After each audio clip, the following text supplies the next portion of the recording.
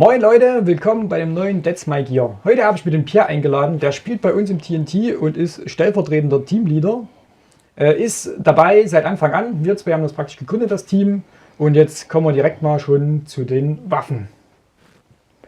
Ja. Zeig mal, was hast du denn? Also ich würde bei meiner Backup anfangen. Das ist die PPQ. Ist, finde ich, eine sehr geile handliche Waffe.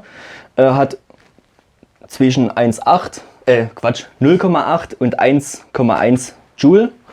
Liegt einfach daran, dass die kompatibel zwischen Gas und CO2 ist. Ja, wie gesagt, dazu gibt es eigentlich nie viel zu sagen zu der Backup. Ich denke, ich kenne auch einige. Ich bin damit super zufrieden. Und ja, dann würde ich eigentlich zu meiner nächsten direkt weitergehen. Das ist die MP oder MP5 besser gesagt. Das ist eigentlich eine meiner ältesten Waffen. Das ist aber meine zuverlässigste, die ich bei mir im Repertoire habe. Umgebaut ist sie eigentlich fast überhaupt nie, bis auf ich habe einen anderen Stock drin. Die Gearbox habe ich ein kleines bisschen umgebaut, also eine größere Feder und einen größeren Motor. Aber ansonsten eigentlich nichts Weltbewegendes dran umgebaut. Ist, wie gesagt, eine meiner ältesten Waffen, läuft aber nach wie vor sehr geil, sehr geil. Und ja, dazu dieses, würde ich sagen. Und meine andere Hauptwaffe, die ich mir jetzt relativ neu, also vor 2 Jahren habe ich mir die geholt, das ist die HK416 A5 in RAL 8000. Die ist komplett Standard, habe ich nichts umgebaut, weil die läuft super, da gibt es überhaupt keine Probleme. Lässt sich halt auch von der Joule her super einstellen, das ist halt dieses geile System hier bei der. Ist eine Gaser, die MP5 hatte ich vergessen, ist eine Elektro. Und ja, dazu gibt es eigentlich auch nie allzu viel zu sagen. Das Visier ist ein relativ günstiges, das müsste ich sogar mal gucken, kann ich gar nicht genau sagen, wie sich es nennt. Das ist bei Amazon, gibt es das, kostet irgendwas um die 50 Euro. Bin ich aber eigentlich relativ zufrieden damit. Reicht für diese Waffe völlig zu, weil, ja, sagen wir mal ganz ehrlich, über 50 Meter schießt keiner oder kaum jemand, was mal vielleicht ein Sniper ist oder so. Da brauche ich kein Visier oben drauf, was 2 Meter länger ist wie die Waffe, bloß dass ich 20 Kilometer gucken kann, jetzt mal blöd gesagt. Sieht doch einfach scheiße aus auf der Waffe. Genau, sieht einfach auch blöd aus. Ich will das relativ kompakt haben und finde ich, passt optisch recht gut dazu. Deswegen habe ich mir das drauf gemacht. Ja, ansonsten Standard, wie gesagt. VFC halt.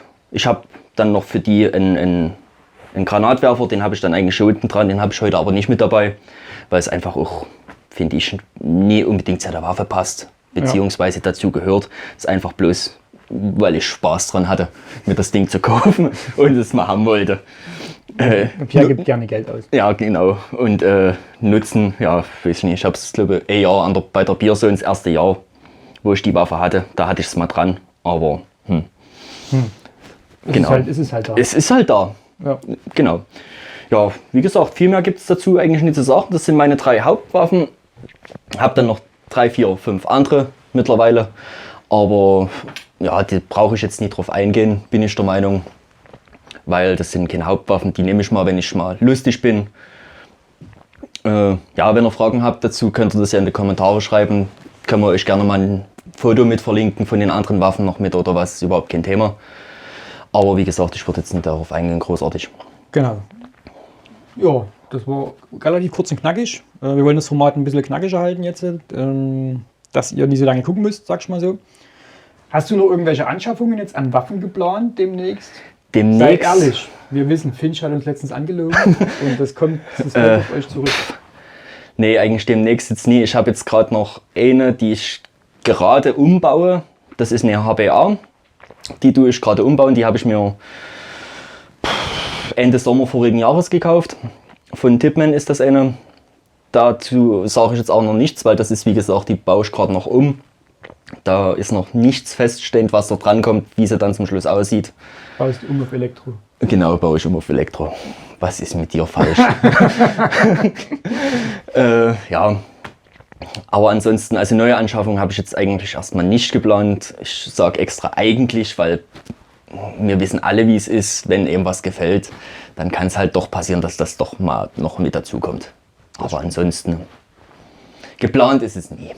Gut, dann gehen wir jetzt zur Ausrüstung und dafür sehen wir uns dann draußen wieder. Bis gleich. Ja, nächste Änderung am Format. Ihr merkt schon, wir haben jetzt direkt zur Ausrüstung gewechselt, direkt am Mann, damit es praktisch alles ein Stück schneller geht.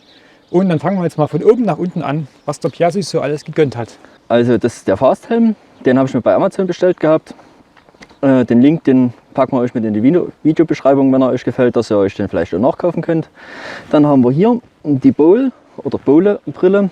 Eigentlich relativ einfaches Modell. Bin ich auch super zufrieden, weil es auch farblich super passt. Es tut ein bisschen abdunkeln durch das Orangene, aber es tut halt auch nicht spiegeln, beziehungsweise auch nie blenden oder so. Von daher ist das eigentlich ganz angenehm. Die würde ich mal hier ablegen derweil. Dann habe ich den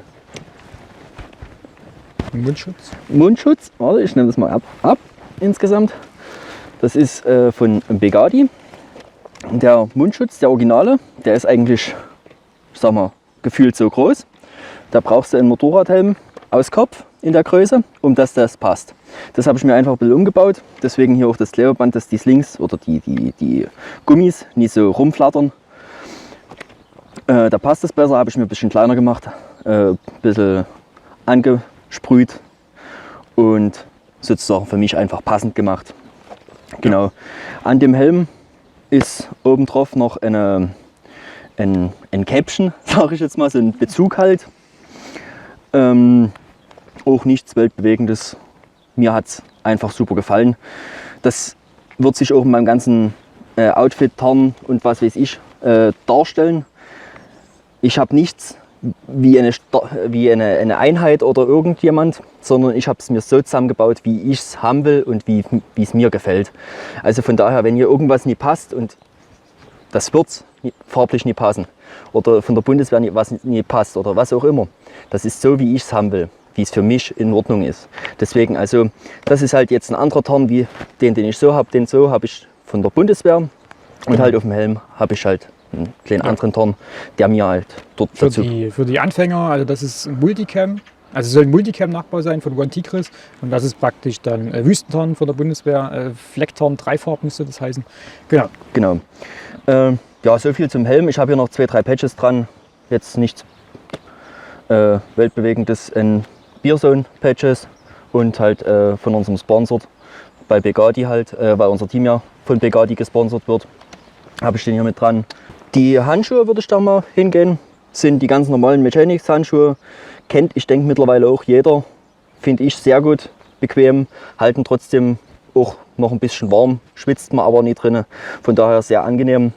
Meine haben jetzt schon ein paar Tage auf dem Buckel, wie man sieht, aber ich glaube, die habe ich jetzt 3 Jahre, würde ich jetzt behaupten, und sie sehen dafür, denke ich, noch recht gut aus.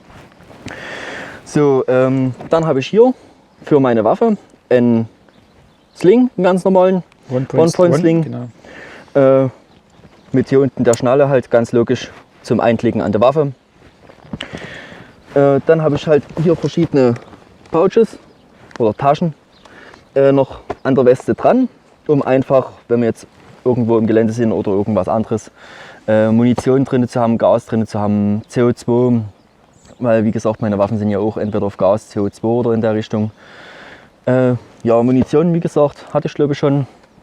Und wenn wir jetzt länger unterwegs sind, halt dann noch irgendeinen Schokoriegel, irgendeinen Snack, irgendwas für zwischendurch mit reinzustecken. Hier drüben habe ich noch eine. Die sind, wie gesagt, alles so, wie ich es haben will. Deswegen farblich sind sie auch nicht alle gleich. Das ist auch gewollt, dass man auch einen kleinen Unterschied noch drin hat, dass es vielleicht dadurch sogar noch ein bisschen besser tarnt. Hier vorne habe ich eine 6 Magazintaschen, die einfach für die M4-Magazine sind, beziehungsweise bei mir in meinem Fall halt die HK-Magazine. Passen super rein, kriege ich super schnell raus, sitzen super fest, kann ich mich komplett nie beschweren. Ja, so viel zu den Taschen. Hier vorne, ich habe auf dem Rücken habe ich noch eine Trinkblase. Das sind 3 Liter drin. Ist eigentlich immer ganz cool, wenn man doch länger unterwegs ist, wie wir Airsoft-Spieler halt auf dem Spielfeld.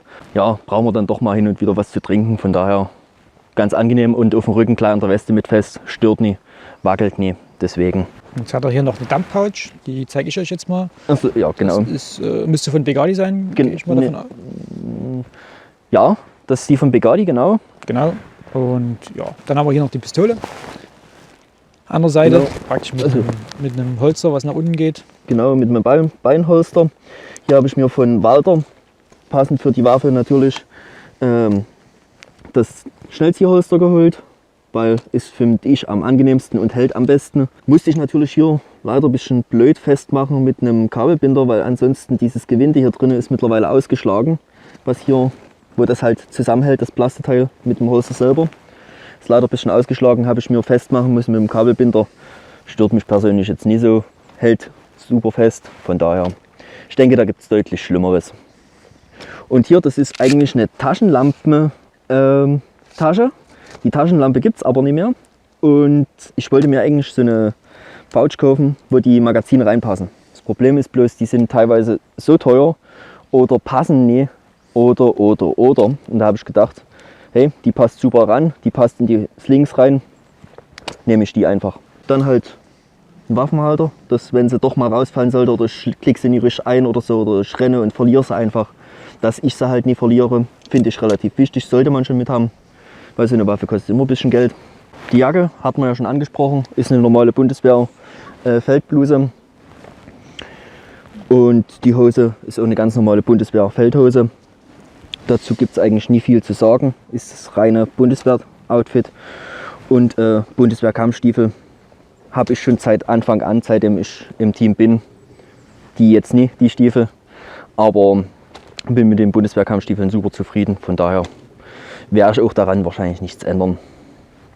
Genau, und das ist eigentlich so mein Outfit, wie ich aufs Spielfeld gehe. Wie gesagt, wenn ihr Fragen habt, habe ich ja vorhin schon mal gesagt gehabt, könnt ihr die gerne in die Kommentare packen. Werde mir auch auf jeden Fall beantworten. Und ja, wenn ihr, wie gesagt, da noch was wissen wollt, fragt einfach. So, dann sind wir jetzt durch mit dem Gear von Pierre. Wir hoffen, es hat euch gefallen. Das Format wird noch ein bisschen angepasst. Das heißt, demnächst werden wir nur noch angezogen die Leute interviewen. Das geht erstens mal schneller und zweitens mal ist es ein bisschen knackiger vom ganzen Format her. Und dann bedanken wir uns bei euch und sagen ciao, bis zum nächsten Mal. Ciao, ein angenehm euch noch. Moin Leute, willkommen. Ich hab heute einen Frosch im Hals, ich red ein bisschen komisch. Das ist schon lautig. Ja. Wie macht der Finch immer? Take 2. Das ist glaube ich die 205. Ja, genau.